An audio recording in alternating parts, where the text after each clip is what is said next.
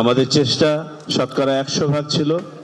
কোনো অত্যুক্তি হয়ে থাকলে সেই অত্যুক্তি নিতান্তই আমাদের, আর কোনো কিছু প্রাপ্তি থাকলে আপনারা যারা কাজ করেছেন আপনাদের।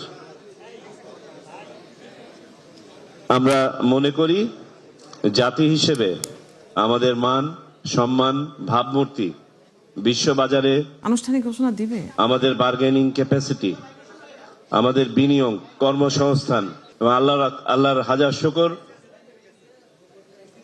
তিনি নেহায়েত রহমত করেছেন বিধায় আমরা সুষ্ঠুভাবে এই মহাযজ্ঞ সম্পাদন করতে পেরেছি। দেশবাসীর প্রতি আমাদের একান্ত কৃতজ্ঞতা যে তারা স্বতঃস্ফূর্তভাবে ঈদ উৎসবের মতো এই আয়োজনে অংশগ্রহণ করেছেন, যে কারণে বন্যার পানিতে যেমন খড়কুটো টিকে থাকে না, তেমনি ভাবে যা কিছু অশনি ছিল, যা কিছু শঙ্কার জায়গা ছিল, এই বন্যার পানিতে সব ভেসে গেছে। জাতি হিসেবে চূড়ান্তভাবে বিজয়ী হয়েছি।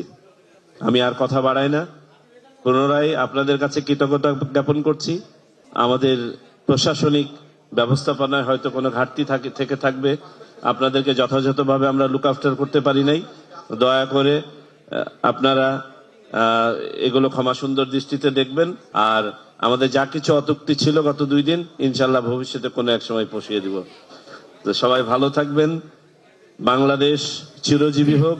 বাংলাদেশের গণতন্ত্র আর কখনোই যেন তার নির্দিষ্ট যে রেল আছে সেখান থেকে বিচ্যুত না হয়।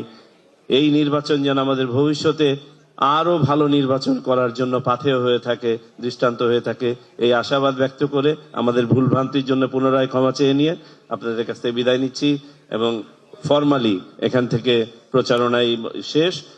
বাকি যে স্ট্যাটিস্টিক্যাল কিছু জিনিস আছে আপনাদেরকে আমাদের সম্মানিত সিনিয়র সেক্রেটারি আলাদাভাবে আমাদের মিডিয়ার ভাই বোনদেরকে দিয়ে দিবেন।